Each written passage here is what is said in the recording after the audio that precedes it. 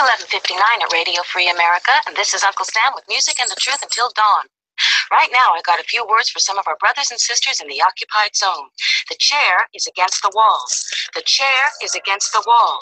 John has a long mustache. John has a long mustache. It's 12 o'clock, Americans, another day closer to victory. And for all of you out there on or behind the lines, this is your song. And welcome everybody to our Daily Gun Show. We come to you live every day at noon Eastern, that's 9 Pacific, for about an hour. We do 3 gun-related topics each day, different topics throughout the week, and we come up with those topics on the beginning of the show on Monday. So if you ever like to participate in the creation of the show, we encourage you to do so. Join us on Mondays or send us an email, dailygunshow@gmail.com. And we're happy to include suggestions and topic ideas. Let's see, we run And that was perfect timing.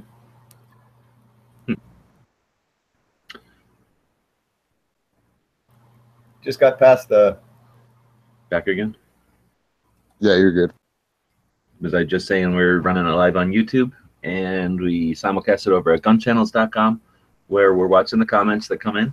And let's see, we take the best of audio and post it over on iTunes as a podcast. So we appreciate everybody who takes the time to like and subscribe and comment on our videos, all the different interactions with the various social media platforms that you might watch the show. All those we appreciate, because we know that you're out there then. You know, we as humans see that you're doing something out there, and we can answer the questions and that.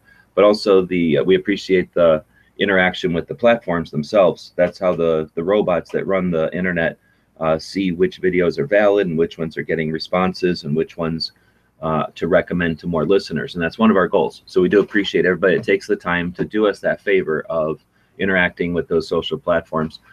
There are our hosts. We have 3 of us in here today. We got Bob, as always, jumping in from Canada. Thanks for joining us. We got Jimmy running the show up in Phoenix, as always. Hey, good to be here. And I'm doing nothing. I just get to sit here and blab down in Tucson. So where'd my stuff go? We are on episode 424. Huh, that's weird. So episode 424, we'll be talking about CCW today, and do our normal stuff like a gun shop of the day, a gun movie of the day, and all the rest of the daily things. But before we dig into it, we usually take a break and talk about anything that might have happened overnight, maybe on the chats or just in general. Kind of a boring night, I guess, last night. Nothing really happened. Yeah, that's an understatement. But yeah, we checked out that NRA chat, checked out a part of Yankees covering it, and I don't know, wasn't too excited about it, I guess. Interesting times. Yep. How much of it did you listen to yesterday, Bob? Not much. Maybe half an hour. I was trying to get some stuff done around the camper. Half an hour. How vague of an answer is that? So how much of a half an hour of the first chat, of the Matt's chat, of the after chat? Those all kinds of chats. Yeah, and then I jumped in for a bit. So we had, I guess the dudes over on YouTube and some manufacturers got together with this dude and did a live chat yesterday. And it was an attempt to get a conversation going about the NRA and some other things, I guess. And then Yankee ran a chat on his channel that he just screen shared the first chat. So now we're seeing the first chat through Yankee's chat. And he only invited Matt into there, and they Mystery Science Theater 3000, the first chat. So they would comment or whatever verbally as the other chat was happening in front of them, and we're watching over Matt and Yankee's shoulder at this first chat.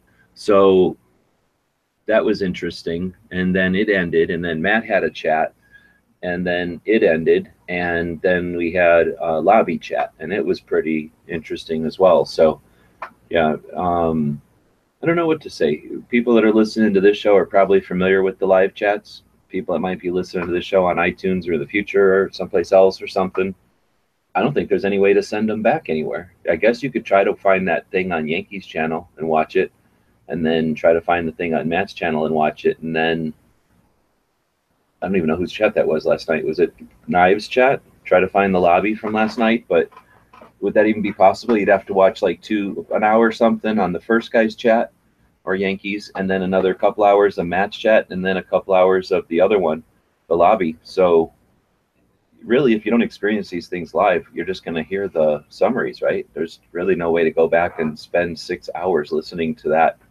kind of epic only because it took so long, amount of stuff, conversation. And I don't know if anybody'd want to, because a lot of it was them saying it the first time, and what they said was the same thing over and over again. And then the rest of the night, it was us being confounded and stifled because all they did is say the same thing over and over and over. Yeah, you could pretty much watch the first half hour of their chat and kind of get the gist of things. I mean, I don't know. I would probably, if I was to have not seen any of the chats last night, I'd probably go back and watch all the after ones. Maybe a little bit of Yankees too, but the after ones, getting everybody's different thoughts and opinions and expressions on everything. We've been talking about it, and since it's all fresh or whatever, when you just said that, watch Yankees video. So watching Yankees video, what you're going to lack, what you're not going to get is the chat that was happening, the side chat, the actual live chat, the text chat that was happening during Yankees live show. And so much of these live conversations, not necessarily yesterday's, because it was mostly just watching that first chat so that we can all then talk about it in subsequent conversations. But most of the time, the conversations are steered by and include what's going on in the text chat. So obviously, if we say something like, so-and-so just said this, and then we all respond to it, well, then anybody can listen to that at any time in the future and know what was going on. But so often we'll say, haha, look what so-and-so said. And everybody looks, and we never actually say what so-and-so said. So poor sucker watching this 3 weeks later really is only seeing like a portion of the conversation. So that's, I think, compounded yesterday, because it was, if you didn't watch the first one, then you don't know what we're alluding to. So you certainly don't know what the person in the side is alluding to that we're commenting on 2 chats later. But definitely the kind of night that turns all this, or makes it seem like all this stuff is better than your standard. I'm going to take 10 takes making a video, and then I'm going to take the best 6 versions of that, and I'm going to edit those down into a perfectly constructed, concise, manageable piece, which are fine. It's super nice to consume, easy to digest info.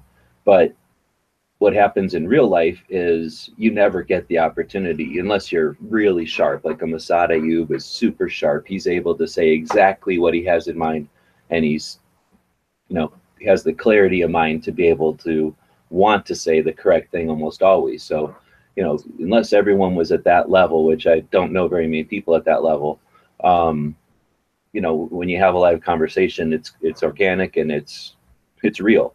So it was definitely something to experience yesterday, and I'm hoping that it doesn't discourage some of the people that did poorly, or I'm just gonna say they did poorly. They're not good at it, but they haven't done it in a long time. There's all kinds of excuses, but hopefully they'll get better. Hopefully they won't just pussy out and think, oh, this is no good. I can't do this. This must not be good. This must not be effective communication because I'm not good at it. Hopefully they'll go, oh, that was tough. I didn't expect it to be like that. Dig in and get better at it and get better than us, because their other content is better than what most people are doing. They do, most of the people on that board or panel or whatever you want to call it, at least the content creators. I don't know anything about the manufacturers, but the content creators are all putting out stuff at a highly produced level. So if they take it as a challenge to take their abilities and devote it to live conversation, then I think that would be useful. I mean, I certainly think the live conversation is a useful element to the internet. Well, I mean, yeah, and if they're only aiming to get better than us, they're yeah, it's super easy. All they gotta do is stars better. But for sure, I mean, that was I don't know what to say about it, truly. The original one, so Who's Braden? So I see some of the conversation that's going on in the YouTube side over there. Ghost Echo saying he's releasing his roundtable video this afternoon. So he's going to do a video in response to their conversation. And then Clover said he's also going to call out some people. Who's Braden, though? I just don't know that name. Was it maybe the only name that sticks out from yesterday was Clint. That was the guy that I didn't know, and I don't know who Braden was. Clint was, Clint Walker. I forget the name of the company.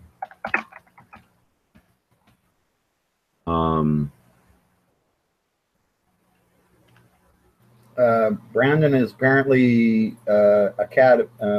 Langley Firearm Academy. Oh, I've heard of that dude before. According to Clover Cat. So thanks, Clover. No, Ghost. Sorry, I get those two mixed up. They're so much alike. I don't know if this guy does anything, or because here's his YouTube channel, or his, what do you call this thing, Instagram of the Clint guy. Basically, I think he just stands around. They're saying Falkor. Is a Falkor a thing?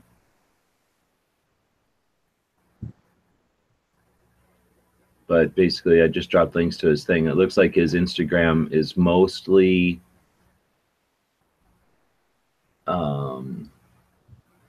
like pictures of steaks and him holding an alligator, a gun, him shooting a gun that's taken apart.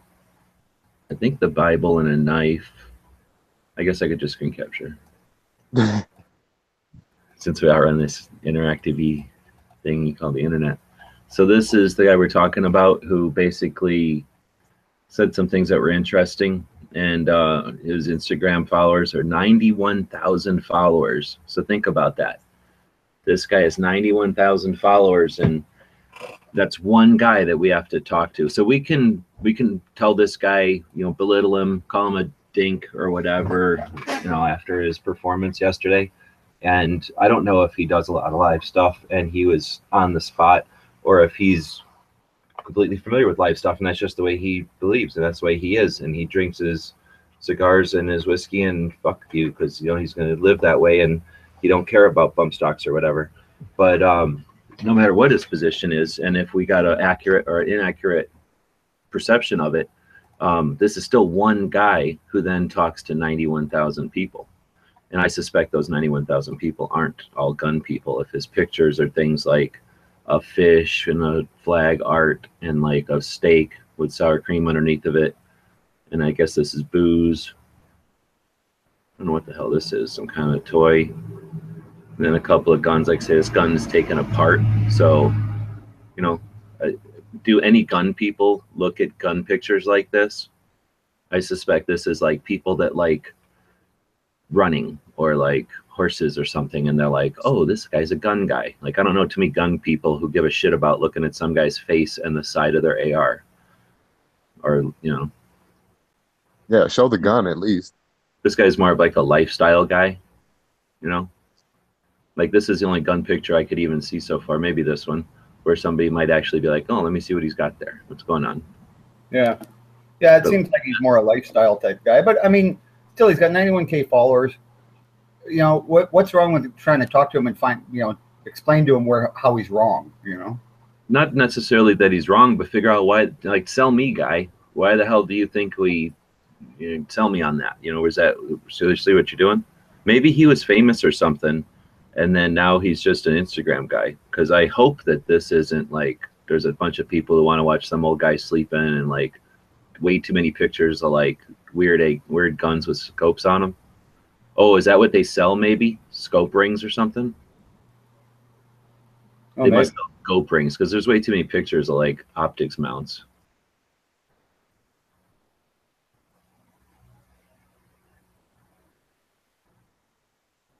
But maybe somebody that like watches football is like, oh yeah, this is my gun channel that I watch.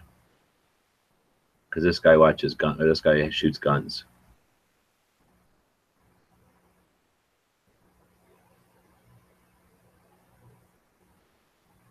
Anyhow, I guess I know a lot of people were ragging on the whole panel and specifically this guy for what he was saying, and I'm wondering if there's not a way to have a more discussion with that guy somehow, or somebody can. I don't know if I necessarily want to do it, or if I'm the one to do it.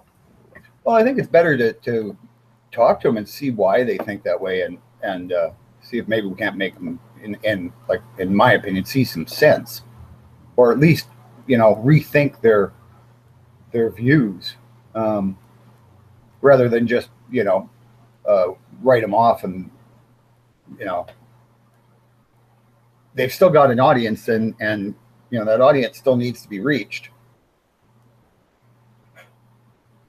So. No, exactly. And I'm certainly not going to reach an audience that gives a shit about looking at like roadkill and an empty jar of whiskey and a cigar and some chick standing behind a AR. So they're saying it's Falkor,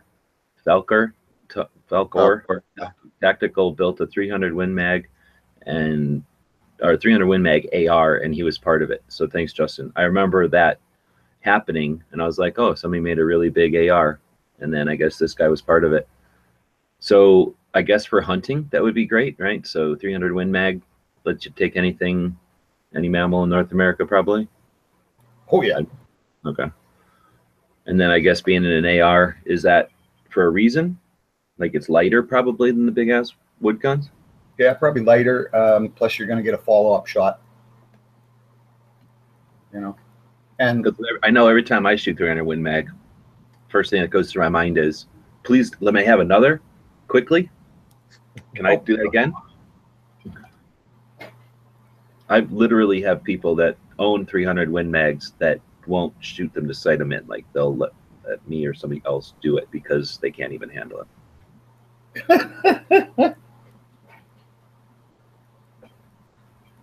That's funny. So Boone says that the Cash Me Outside girl has more than 97,000 followers. So let's not fall into that either. That 97,000 is a number that can happen overnight with happenstance. But I don't know who this guy is. Maybe he did something besides that one gun. I really don't think there's 100,000 people that give a shit about a 300 Win Mag AR. Maybe there is. I'm wrong.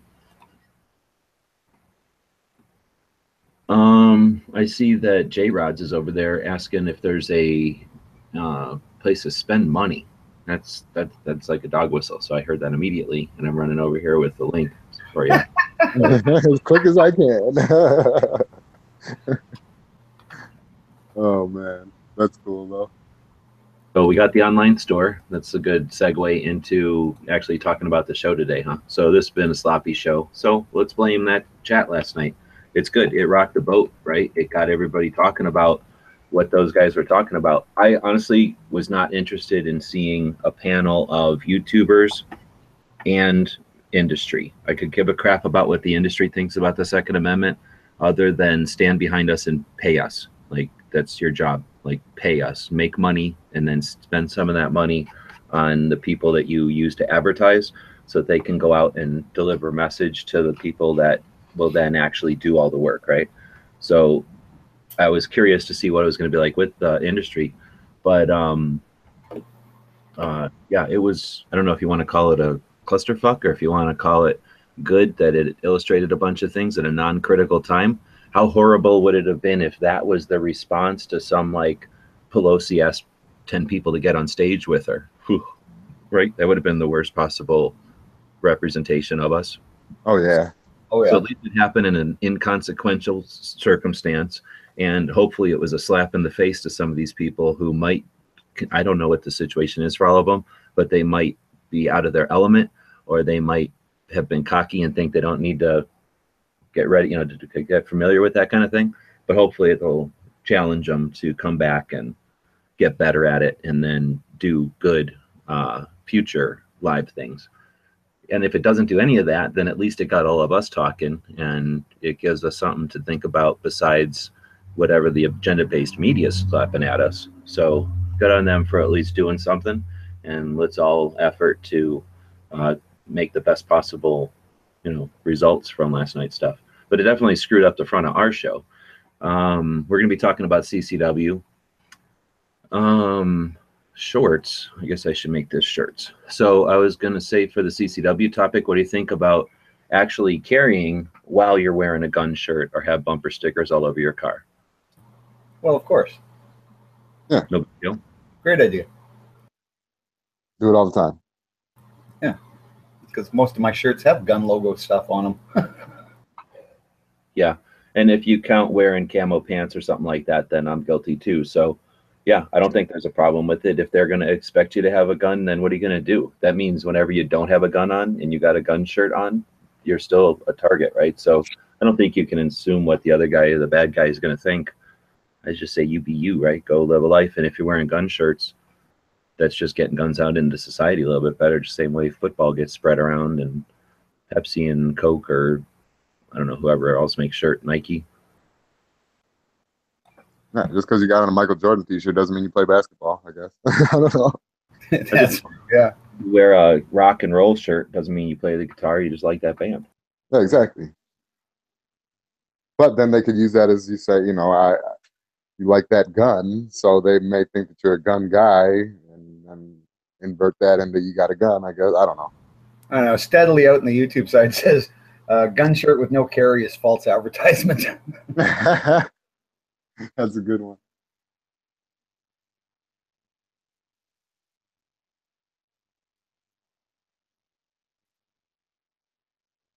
That don't bug me none. Honestly, I mean, you don't. The only reason that I really conceal carry is on the off chance I don't want to be that target. And I guess I hear what you're saying too about the gun T-shirt and all that, but I don't know. I usually keep my head on a swivel outside anyway. Yeah, and I just went on that tour and grabbed a whole bunch of T-shirts from gun shops. Thing is, I don't really wear just T-shirts very often. I wear like a shirt also, so like a cover garment, I guess you'd call it, a regular shirt. So I don't really. I'm not like a Yankee. I don't put patches or nothing on my shirt, so I guess people don't see them so much. But I got a lot of gun shop shirts now. Yeah.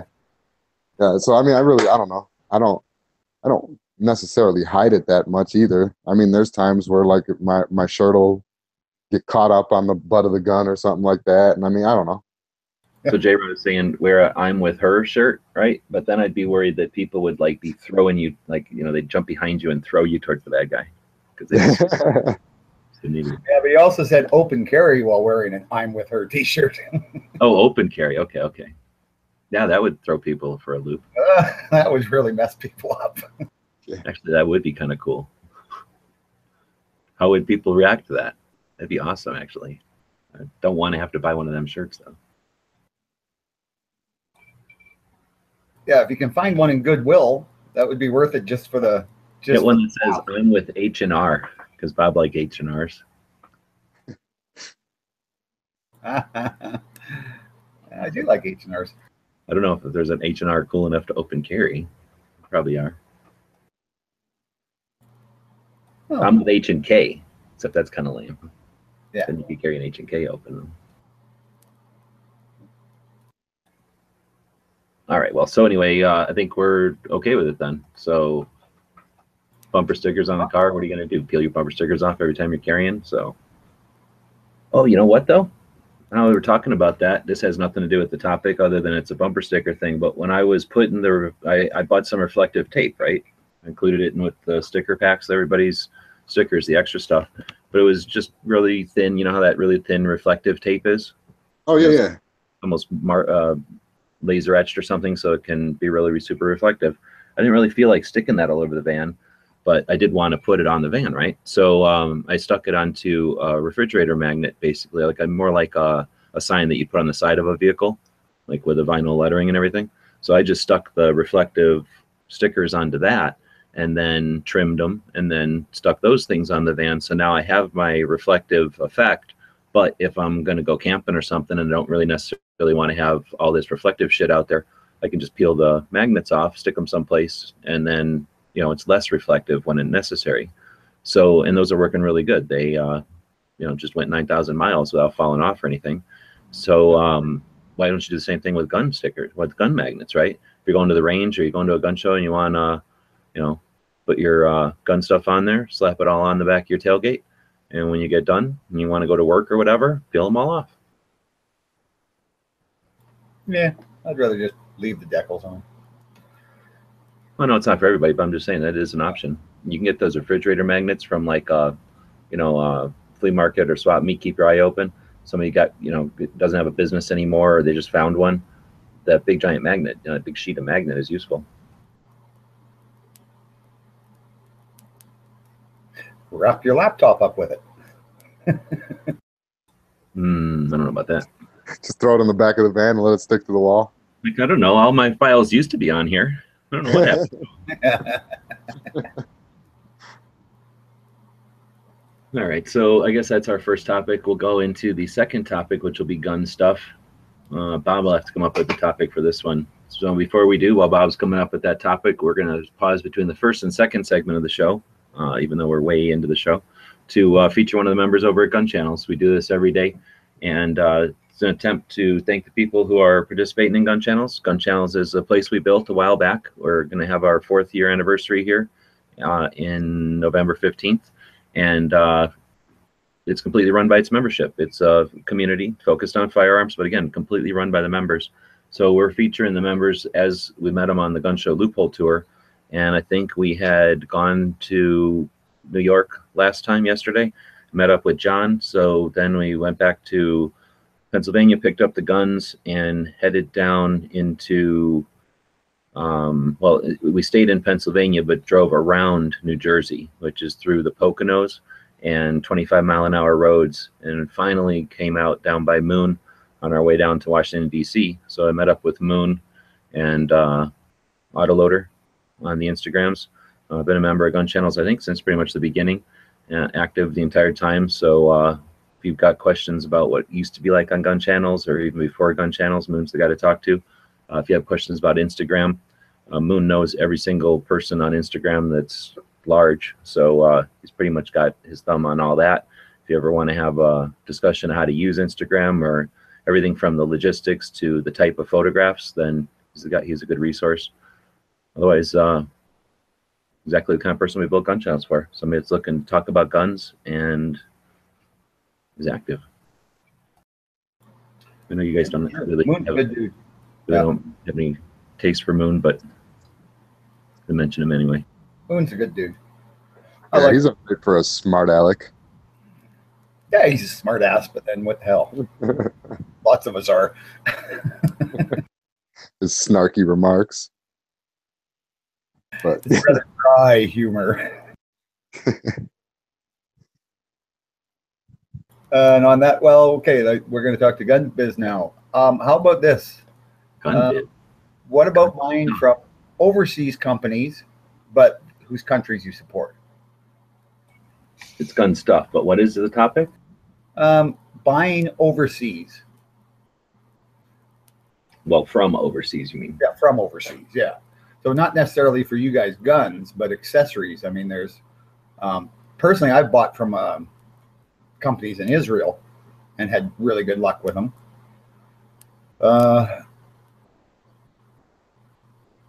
But I can't too many other countries other than maybe England, but they don't really have any gun companies or gun suppliers. But, like if it's a country that you can support, then why not buy from it?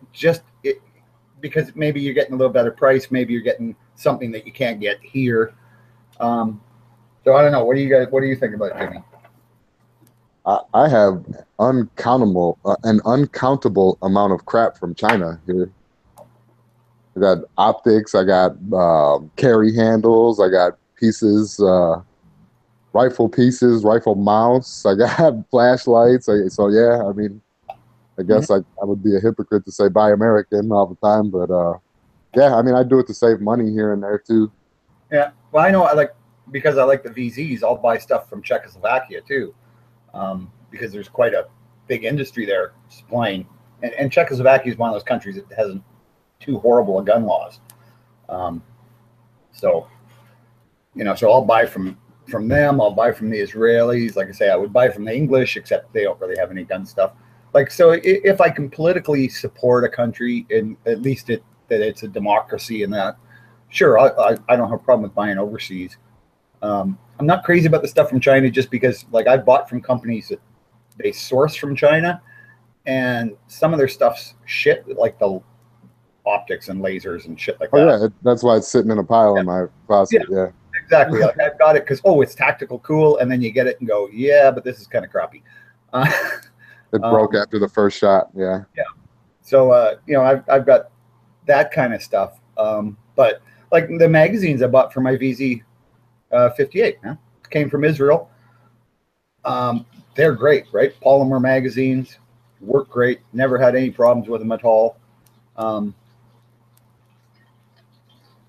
So, you know, you can get some really good stuff from well, especially you pick somewhere. Are we talking about the magazines that you had bought and then sent to America, used them for like 15 minutes, used them for like maybe one of them for like 15 minutes, and then went back to Canada and left them here? I'll have you know, I used all those magazines. They were all loaded. I had to empty them before I left a couple times. And yes, they were good magazines. I think it helps you out empty one of them. Yeah, you helped me empty one of them. It worked good. Oh, I put a muzzle brake on that VZ now, so it's even louder. Ugh. I put a loudener on it. Nice. Studley's saying CAA from Israel. You use them? Yeah, I've had what's it called? The foregrip. I've had one of those from CAA. They're all right. Then would you count ammo? Like I bought IMI stuff, but I don't know if that's from Israel. Well, but they do make some really good products because I mean they've got a lot of experience. You know, like a lot of their stuff, you know, has been used in the real world. So that's what makes me think, hey, this is pretty good. So CAA is one of those companies that was eager to get the word out back in the day. So they sent us pretty much their product line one time. And you're right, they're in a part of the world that uses things, but that doesn't have anything to do with what they sell as an export. Their stuff is all goofy looking and odd, and got, maybe just because of their different flavor, like their different style, it looks weird, or they're trying to pull one over on us, but their stuff looks weird, dude. yeah. I buy from Zahil. Who? What? Zal? What? I'd have to hang on. I'll maybe see if I can find the link.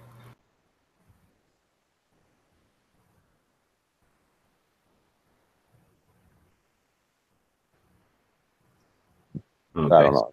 Never heard of them. So the idea is, do we want to buy stuff from other companies to support their gun industries? Because I don't have any interest in supporting other countries. No, that the reason why I go usually get foreign stuff is because I'm usually interested in saving money for myself. And if I go out, like I'll do the local gun shop thing, that's where I go out and spend extra than I would have, you know, online or something like that. Like, I don't know. It depends on what we're talking about here too. So if we're talking about a bag or something, unless it's a bag that you're going to, it has no consequence. It's going to hold like water bottles in the back of the car trunk, and that's it. Like, then okay, big deal. But if it's going to hold water bottles in the back of the car trunk and you have to carry it back and forth somewhere a lot, you know, it's going to have some actual use, then I say the whole buy once, cry once or whatever. You just pay a couple of bucks more, buy something that's solid, that's made out of decent materials, and then you only have to buy the one. I've just bought way too much stuff again and again over the years when it's cheap stuff. And I've definitely have suffered through, you know, just ineffective, poorly designed crap because I was trying to save a couple of bucks, when I think the experience, whatever it was, you know, going somewhere, spending a bunch of money to be somewhere, and then suffering through the actual experience because, you know, I tried to save a couple of bucks 6 years ago trying to buy something cheap and it broke right then, or, you know, straps are stupid and they just don't work. So I think there's something to having a little strategy to your purchases, so that if it's got potential for making your life easier, then it's worth spending a couple of bucks to get a better version. And if it's inconsequential, then yeah, save your money there. Yeah, like this body armor. I don't know, Bob. I don't know, man. I wouldn't trust that. Well, I don't know. They're the ones who make they make like a bomber jacket, like a pilot's type jacket that's bulletproof that I really like, because then it just looks like a jacket. Yeah, but I don't know. You got to be careful with body armor stuff, man. Everybody and their mother is trying to take out something that's 2A. Now, I mean, you can get 2A stuff on eBay. You just got to be careful what you buy. Yeah. Now, if you're going to get some plates with it, then yeah, why not? I guess. But well, yeah, if you can hang plates with it. But I mean, you know, it's Kevlar body armor. They've been making it long enough that it's pretty hard to screw that up. Like I've even seen somebody got some ceramic plate armor from China that worked. You know, they tested it. It did everything it was supposed to do. So, yeah, I don't like ceramic either. I would go steel ceramic. That it's one and done. Not usually one and done. I mean, it could probably take a couple of rifle shots, but not only that, I mean, they test a few of them, but they never tested the one. I mean, they usually don't test the one that they send out anyway, but I don't know, one bad batch. I don't want to take that risk of being that one bad batch. Yeah. But you look at this jacket, I mean, that's actually pretty cool, because it's something you can just wear as a jacket every day. And you've got, you know, at least, what is it, level 2 or 3? Can't remember. It says level 3A that I'm looking at. I don't know what the one you're looking at Yeah, is. that's it. Yeah, level 3A. So, you know. No, I like it. Body armor isn't like, oh, I've got body armor, let me put that in my wallet, and now that I've got body armor, I'm protected. No, body armor, it should be next to you. I don't think it's effective to have body armor all puffy like that. That's going to hurt like a son of a buckshot. I mean, it's going to hurt anyway, but I think you want your body armor on you. You don't want to, I don't know. I think that if this worked, then we'd see a heck of a lot of other jackets. Just because this can be done doesn't mean this should be done. And I've never seen anything. And there's a lot of executive protection out there. Yeah, and there's suits. So Kevlar. No, just because they exist, I'm going to suggest look at the people who actually are the rich people. Do they ever wear those suits? No. They actually have a bulletproof vest on under their shit. So just because somebody made this doesn't mean that it's going to work the way that they say it's going to work. And I would say if it was going to work that way, then you'd see a lot more people wearing these jackets. It's only $500. That's nothing to some rich guy. If these things were so great, executive protection places would be like, okay, the first thing you need to do is get your bomb-proof or your bulletproof flight jacket from Zaha or whatever, Zahal.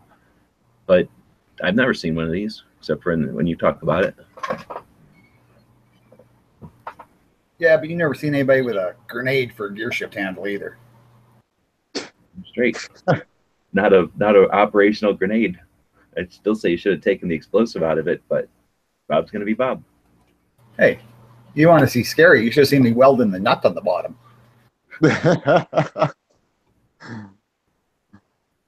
Did you know you can weld at arm's reach?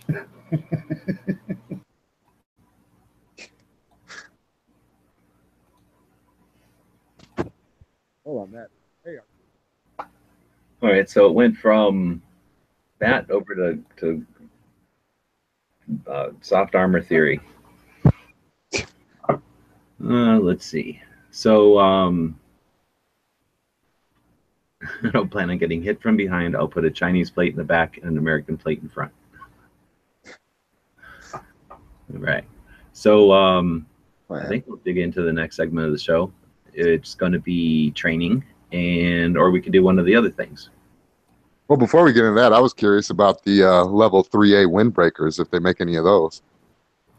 Oh, well, isn't that the windbreaker we just looked at, kind of? Because basically, like a 9mm would be like a breeze. So I think that would be effective for some calibers. Well, for that, you just get a regular windbreaker. I'm talking about something. Say what? Heavy duty. What? Oh, that was really just a segue.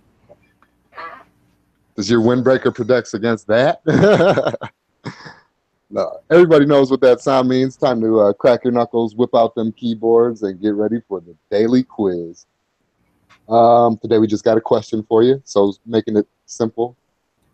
Let's see here. All right. Got the chats up real quick. So, everybody get ready for the daily quiz. What pistols were released during the second generation Glock, or Glock's second generation, my bad. So what pistols were released during Glock's second generation?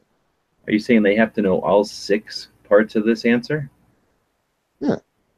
Only six numbers, 5, 6 numbers.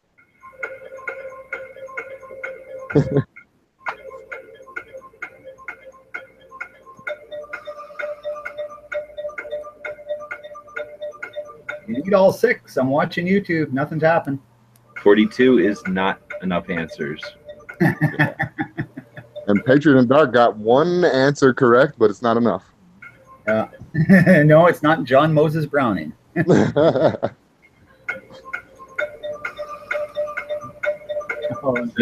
19, 22, 23, 26, 27? No. 17, 19, 22, 22. No, you're missing a couple. Just Gen 2. Just Gen 2. Oh, wait, we got, yeah, we got it here. Dave Camp, 20, 21, 23, 24, 25. Oh, no, he missed one. Yeah, yeah. Which one did he miss, guys? Oh, there we go. Car carrier's got, no. Nope. It's not 17, 19, 22, 23, 26, 30. Nope. Dave said 20, 21, 23, 24, and 25. He's only missing one. Dave Camp added 22. Does he have to put them all down, or is that good? So Angry has 20, 29, 21, 22, 24, and 25. Nope. No, I think Dave Camp got it. He put 22 down. He didn't have it in with the original, or does he have to do it with the original too? He just said and 22. So we have a winner. Yeah, that's the closest one, so I'll give it to him. I don't know what Angry was doing with the 2029. Yeah. Rods, you were just a little slow. Yeah. Yeah, so the answer was the Glock 20, Glock 21, the Glock 22, the Glock 23, 24, and not released in America, the Glock 25. Woohoo! So, Dave Camp, looks like that makes you the tactical hot shot of the day. Congrats. Congrats. Yeah. Angry said I mistyped give it to Camp. Yep, we are. Cool. All right. Way to go. The link over there and let us know where to send the fabulous prizes.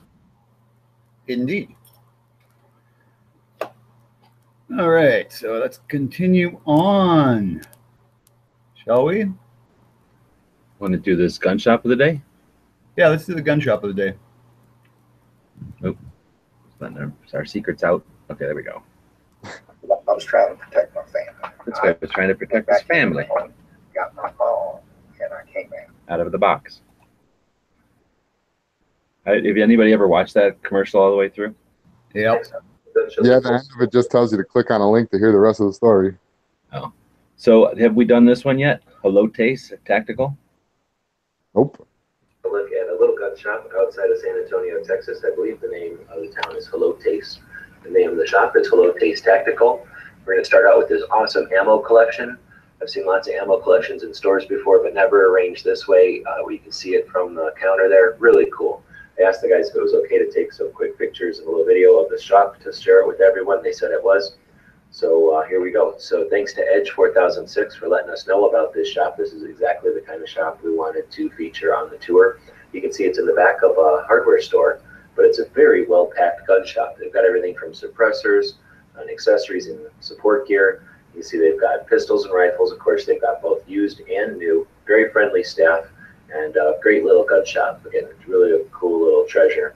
So if you're ever in the San Antonio area, this is up on the northwest side. I guess this is a suburb of San Antonio. Really, the only thing I can complain about is the way they display the flag back there behind those guns. I don't really like that, but everything else has been great about this shop. And stay tuned for more shops like this on the Gun Show Loophole Tour. As always, thanks for watching. The guys and gals of gunwebsites.com. Always got to end it before that, otherwise people think the show's over. Yeah. Excellent looking little shop. Yeah, isn't that cool? And they were really neat. They had all that remote control stuff. They had these stupid flamethrowers people are selling now, and then chainsaws, a bunch of Stihl or whatever that orange stuff is. And then where'd they get that picture of those drones? They had a bunch of drones, like a bunch. And this whole shelf and a bunch of this shelf was even smaller drones. And the guy that knows about drones just wasn't there. Otherwise, I probably would have picked their brain a little bit.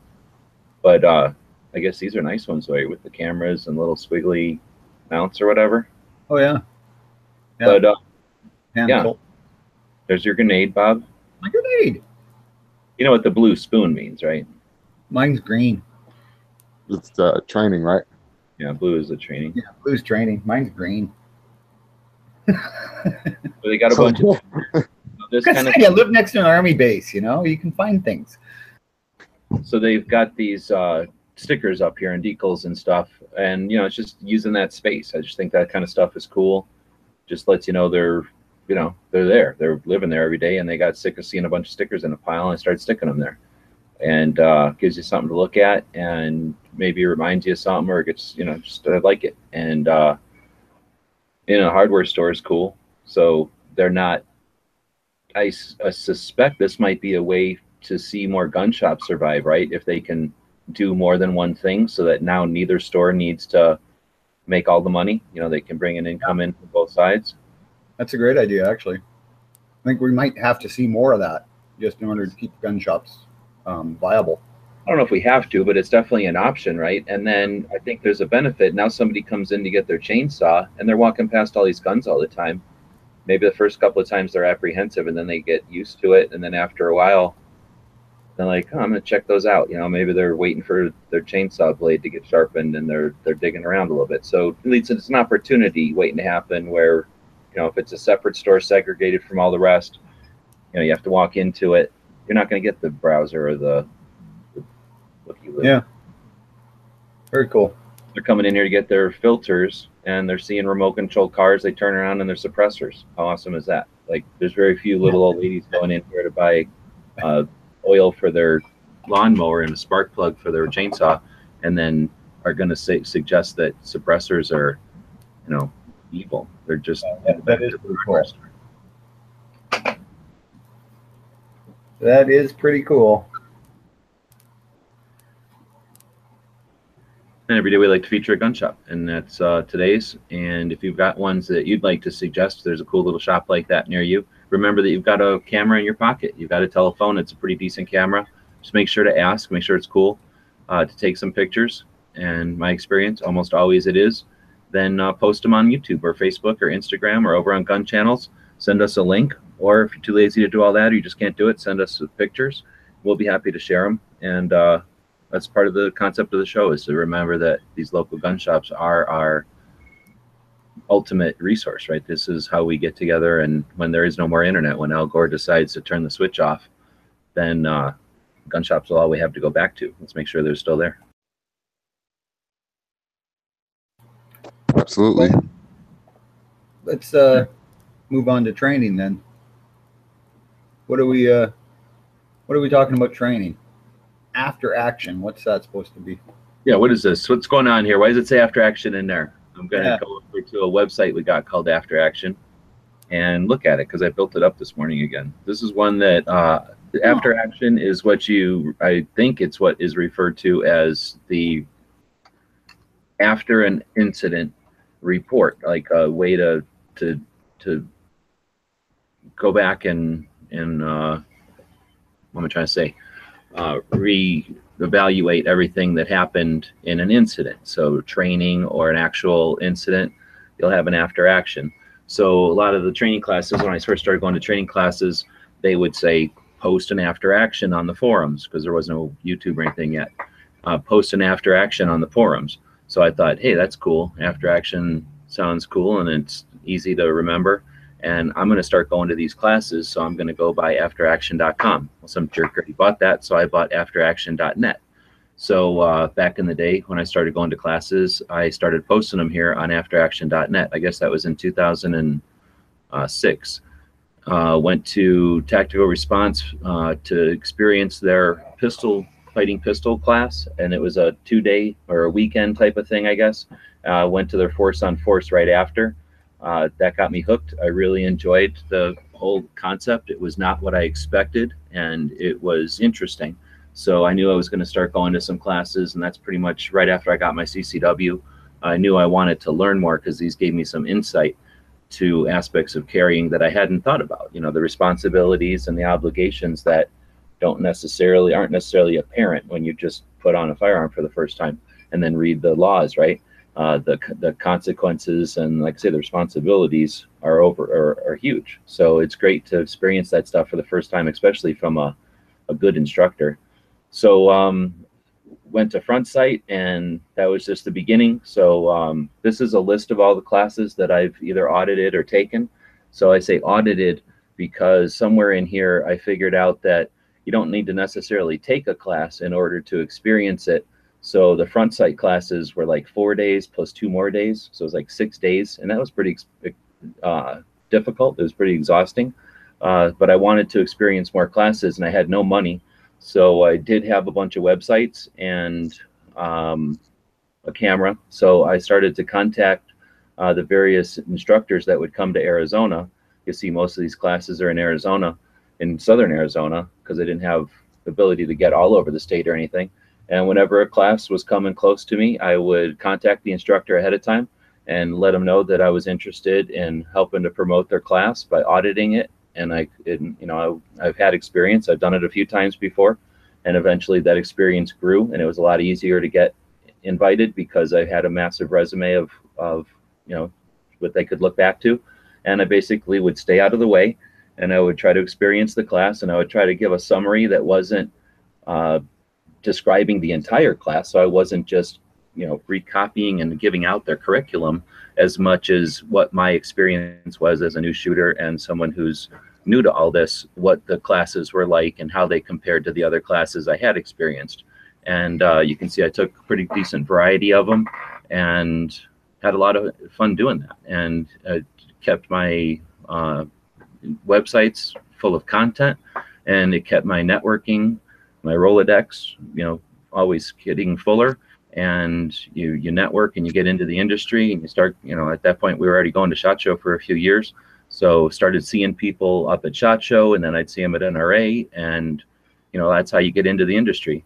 So anyway, I thought that's what I would focus on today for this portion of it. If anybody has any questions about any of these, we can talk about them specifically in future daily shows, or if you'd want to talk about training or something in a your own chat or in your own kind of video or something, then if I've got the time, I'd be more than happy to talk about it. I've taken a lot of these classes, or I've experienced a lot of these classes.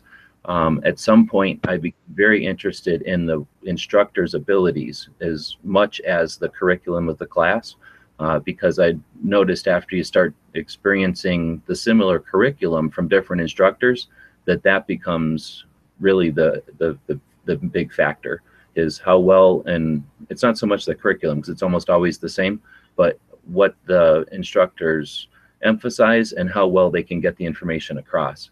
And most of these classes are actually pretty darn good, and it's not that one is better than the other, it's just that the way they attack it. Some of the AK guys, for example, think of that firearm itself as a weapon, where the AR guys don't really ever emphasize using the AR-15 itself to inflict bodily damage on someone, as opposed to the bullets coming out of it. So there's all kinds of neat stuff we can talk about that in the future. And like I say, for a while, this site was down. It was really frustrating. Something about the name was glitching out, and as we were rebuilding all the sites, I couldn't ever get it to resolve. So it resolved this morning, and we were kind of talking about training. So I just whipped this back together this morning, and I'll add to it as I have time. It's hardly ever like the most interesting of our websites or anything, but it's sort of just my notes for myself on classes, and I'll have to go back and add all these reviews, but pretty much most of these from before 2008 are actually pictures and writing when I actually typed everything out, and then from like 2009 on they turn into videos because videos were a thing. So I encourage people to keep track of stuff like this and go to as many classes as you can, especially when they're when it's opportune. I think we have it set up over on gun websites that I put that in my resume or whatever. So if I'm trying to impress somebody, then I don't put every class I've ever attended, but I put all the classes that I have degrees or whatever you call certificates from. And depending on who it is I'm trying to impress, sometimes having a list of classes is helpful. So it's nice to have a resume like this on your website or whatever your platform is that you're promoting, so that when you're trying to present yourself as a, I don't know, knowledgeable person in the field, or you're trying to impress your way into an invite or something, you've got them there. So think of the classes as good content, but also think of them as resume builders. And with that, I think we can move on so that we can try to keep the show close to an hour. I don't know if I... Yeah. Well, day, gun of the day. Do it. It's the PKM. Fire away. Oh, man, seriously? You're going to put the PKM on a day we're trying to whip through? Damn it, Bob. Oh, I mean, what can you say about it? It's just, basically a pre-AK-47 AK-47 with a belt fade. It's an upside down AK-47 that shoots 54R. And, yeah, fed by a belt. Yeah. So, yeah, what else can you say about it? Cool gun. Love to have one, but... Probably the best gun ever. Of all the guns I've shot, it's one of the most fun to shoot. Not only because it's awesome to empty, but you just sit there with like a sack of 54R and this little coffee grinder and your empty belt, and you just click, click, click, click, click, and you've got another belt again. So it's like one of the funnest guns to reload. Not just easy, but fun gun to reload. And it looks cool. Looks freaking awesome. Yeah, definitely. It's probably the best looking gun. And they are available in a semi-auto form. So, if you didn't want to go and get your tax stamp and everything and spend all that money to get a full auto one, you could get one that, fired semi-auto and would still be kind of fun to shoot. I'm sure it'd still be fun to shoot. And look, they even have a California compliant one. Getting a semi-auto PKM is going to cost almost as much as getting a real one. Yeah. Nevertheless, that'd be like forged receiver, right? No. What are you talking about? That's a tin bend one? Yeah, and the people that make the semi-auto ones are Volter, and I've toured the factory 3 times now, and they still have them sitting there. So if they were affordable and they're flying off the shelves, they wouldn't be there on the 3rd tour. I don't disagree. It would be cool to have a semi-auto one, but they're super expensive. You still got to buy a PKM parts kit too, and then have it put together. So I'm just saying, if you're going to do all that, you might as well. Well, I guess you can't have one put together anymore. You might as well try to source a transferable. I'm going through trying to find. I thought I had a video of the loader, but have you guys seen the loader? What I'm talking about? Looks like a little coffee grinder, and it just jams the rounds into the links. The belt. Yep. I thought there was a picture of one earlier. No.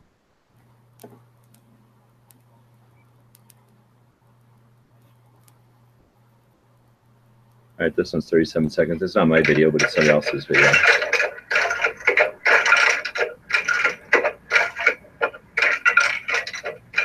So you just drop them into that hopper any which way you want, and then crank that thing.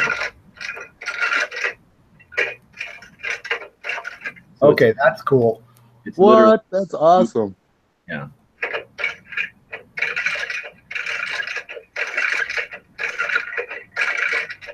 So yeah, you just set your kid up with that, and it's like they can't even hurt themselves. They're just, they can't even screw it up. All they got to do is crank that crank. You could probably put like a dog on a treadmill and make that happen or something. Yeah, or you could use an electric motor if you didn't want to enslave Yeah. your. Definitely train a monkey to do this. We don't have your fancy solar power to run motors all the time, Bob. It's easier to just. Hey, you could just plug an electric drill into it. I don't know. They are kind of clunky. So that one's really bolted down well. Maybe that makes a difference. I did it on like the tailgates of trucks, and it was a little bit tougher, a little more awkward. But anyway, still another neat aspect of a PKM is that it runs off of belts, which are awesome, and they're not disintegrating belts, which is another awesome thing. I do like disintegrating belts quite a bit, but when they stay a belt, you just pick that belt up. You don't have to use a magnet or start picking up a billion little things out of your grass. And then clip them all back together.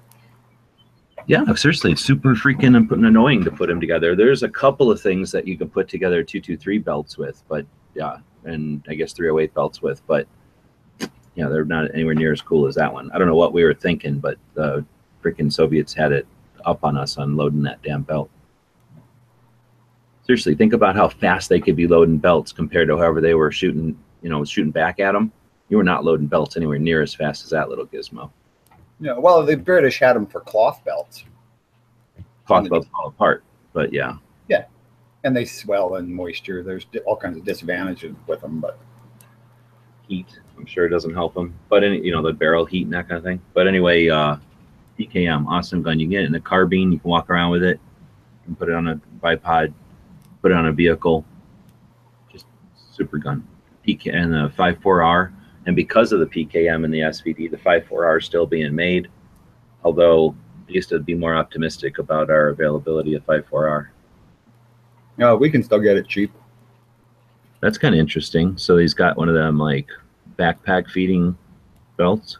Yeah, I thought that was real cool. Yeah. Yeah, that would be awesome. So I got a new goal for 2018. Yeah, really, eh? Yeah. Oh, I want that. Yeah, that's very interesting. Yep, that is very cool. And G-Webs has dropped. Oh, there he's back. All right, well, so we down to finish the show then. We did the training, and we did the gun shop of the day. We did the gun of the day. We didn't have a movie today. No. I seen Blade Runner, half of Blade Runner, the new one. I don't want to spoil it for anybody, but watch your dog poop, and it'd be more interesting. So I've just been having to watch an old dog poop a lot, and it was more interesting than watching Blade Runner. So I guess that's it.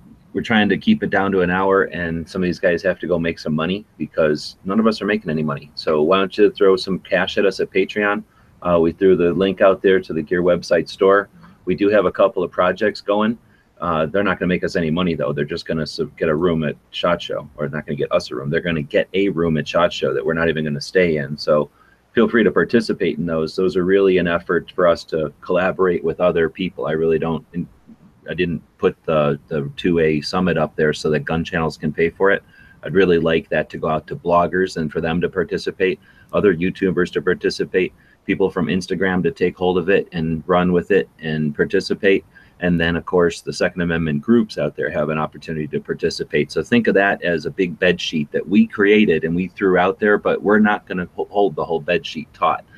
So as much as I'm saying spend money on us, that isn't us. That's a project that we started, but let's get everybody else to participate financially on that one. If you want to keep this show going, consider dropping a couple of bucks into our Patreon for the show itself.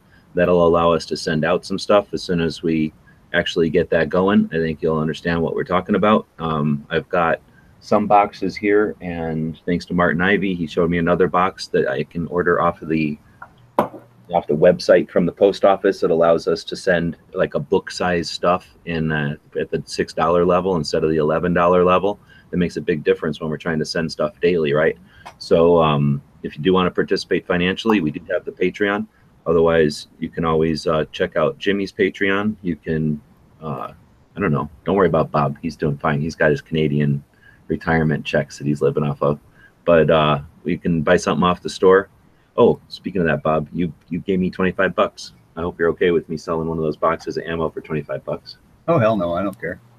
So I was like I was trying to figure out what to put in the box, and I knew if I had a brick of ammo that would at least get somebody to come over to the table. But what did it take? It was like the third thing that sold. Like, it didn't take very much time for somebody to come over and buy that. Oh, that was almost immediately. Yeah. But it did bring $25 in, which we didn't even make the money back for the table, but at least it brought some money in. So I do appreciate you donating that to the cause. That's what it was for. Yep. So, do we have ways you can support us financially? You definitely support us by being in the chat and showing up every day. So thank you for that. I say we got 15 thumbs up over on the YouTube side and 20 viewers. So that's a pretty decent ratio. Thanks everybody for watching. And thank you for showing up and participating in the live chats. That's what keeps us going at this time slot and every single day. So what do we got? You guys already talk about tonight, or was that just I remember the early watch closing up? Yeah, we didn't go over tonight. So what do we got on tonight? It's gonna be crazy. So I'm thinking Yankees doing his chat, pretty sure. Oh, Tack Daddy, yeah, the Yankees doing his, but Tack Daddy's first. He was watching the chats last night, so I suspect he'll have some insight. For those that don't know, the YouTube community is diverse. It's spread out across the country, so it's physically, we're remote from each other. And then when we all meet up, not everybody gets along, just like any number of human beings get together, right? So Tack Daddy and everybody else are not necessarily all in the same group. So it'll be interesting to see, it's not just us against them over here. It's 8 different groups that have different shades of who they get along with or whatever. So Tack will be doing his show, and I suspect they'll talk about that summit because Tack, again, has plenty of experience doing these live shows. And it's interesting to see huge channels that aren't, as up to speed on some of these skills. And then we got Yankee. I suspect he'll be talking about the other night. And then Clover. He does his Thursday show where its focus is what's been going on in the week. So I know he's been working on that. I suspect that's going to be an epic one tonight. It might even go over an hour, perhaps. Who knows? I want to speak for him. I'm just guessing there's going to be a lot of stuff to cram into a 1-hour show tonight. Yep. Let's see. But right after this show, nothing happens, right? It's just dead air, like ours. Or no, wait. Pants and Ponery usually make sure that there's a live lobby. So if you want to chat about guns and not about some weird stuff, then head over to the lobby and talk about guns. Have gun-related topics. It's an open room, so you can talk about whatever you want, even guns. Some would say even especially guns. So I think that's pretty much got us now for the show. I guess we could wrap it up.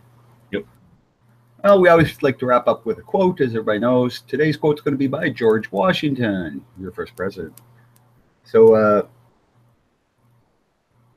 let's get on with it. First, I'd just like to remind everybody, please like, share, subscribe, thumbs up, support us on Patreon if you can possibly do it. We can use it.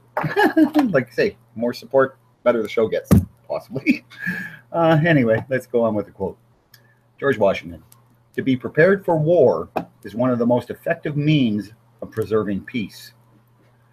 So on those words of wisdom, let's, I'll just say bye. We'll see you guys tomorrow. The guys and gals of GunWebsites.com encourage you to take a CCW class every year, practice at least once a month, and carry every day. Thanks for watching GunWebsites.com.